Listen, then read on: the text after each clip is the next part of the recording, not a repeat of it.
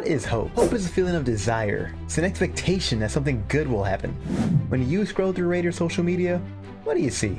It ain't hope, I'll tell you what. I see hate, sarcasm, and a whole lot of bitterness. Now, I've been a Raider fan my entire life, and since I was born in the late 90s, I don't remember when the team was actually good. The tuck rule happened when I was just a little baby. Aww. So of course I don't remember that.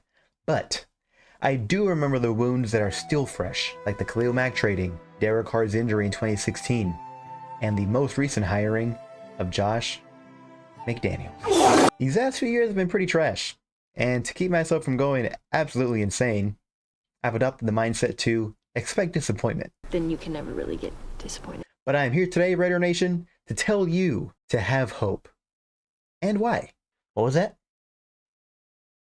Did I hear someone say Raiders to the Super Bowl?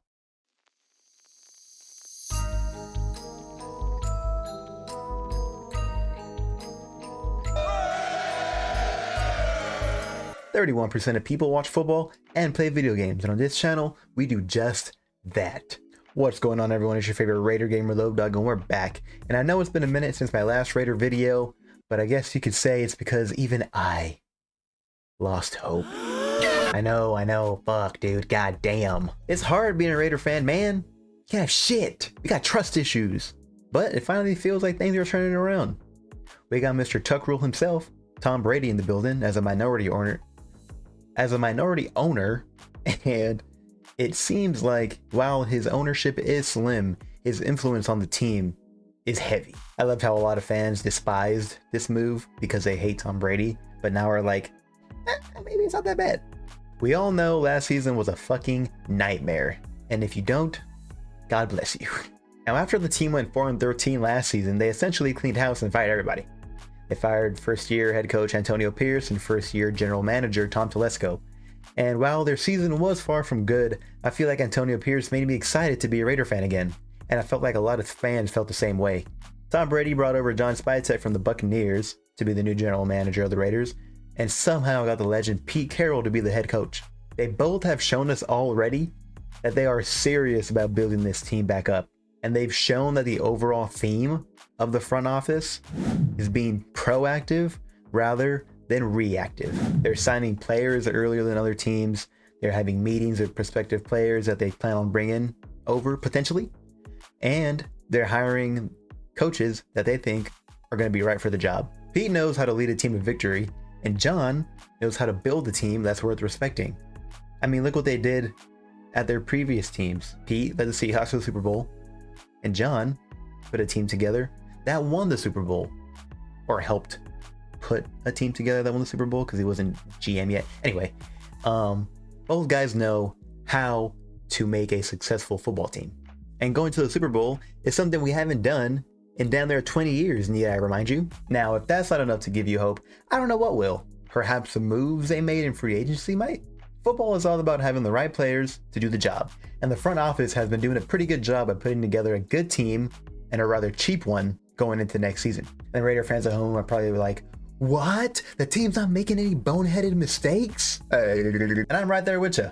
People also associate cheap with bad, and that's just not the case. This strategy that John and Pete are using right now will only set up the team for success in the future. And to break down these free agency moves, let me introduce you to my friend, Mr. Dog.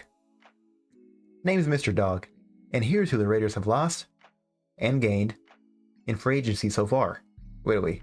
So the Raiders have lost a lot of their starters on the defensive side of the ball, most notably Robert Spillane, Trayvon Merrick, and Nate Hobbs. But through free agency, they were able to quickly replace these players with cheaper options.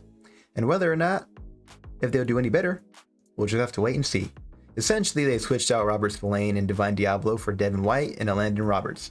The two safeties, Merrick and Marcus Epps, were replaced by Jeremy Chin and Lonnie Johnson Jr. Everyone keeps talking about how Pete Carroll is trying to recreate the Legion of Boom. Boom! Boom! We'll get there when we get there. As for the offense, we didn't really see much movement, and considering how bad the offense struggled last season, the team better pick up some key pieces in the draft. They acquired Geno Smith from the Seahawks to lead the offense next season and just signed him on a very team-friendly contract, and as the weeks go, it's becoming very apparent that this team is moving in a good direction. They also picked up Raheem Mostert from the Dolphins to give a veteran presence in the running back room, which we have desperately needed since Josh Jacobs' departure from the team. The team also lost Gardner Minshew. What did he say? I'm just playing. Gardner Minshew wasn't that bad. Just the offensive scheme wasn't doing anyone any favors last season, except for Brock Bowers, who was pretty damn good last season. And with Geno Smith as his quarterback, I am confident that he will go crazy, go stupid. Go crazy! Go stupid! Now back to Lope Dog. Thank you, Mr. Dog. Now, the draft is just weeks away, and I trust that this front office will make a good decision when their time comes. And whichever picks they make during this draft will surely set up this team for success in the long run. And the overall consensus around the nation is to pick Ashton Jeanty at 6. And I honestly wholeheartedly agree. The run game was absolutely atrocious last season. We desperately need a run game to get our offense moving again. And I feel like if we don't take Jeanty at 6, it'll be another draft mistake that we look back on with sadness. Not to name any names, but Cleveland Farrell, Alex Leatherwood, I'm just on my throat.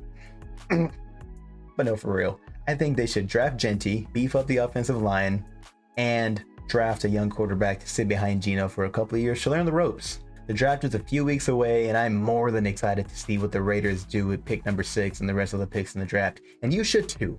Gone are the days of expecting disappointment. Gone are the days of stressful Sunday afternoons. Hopefully.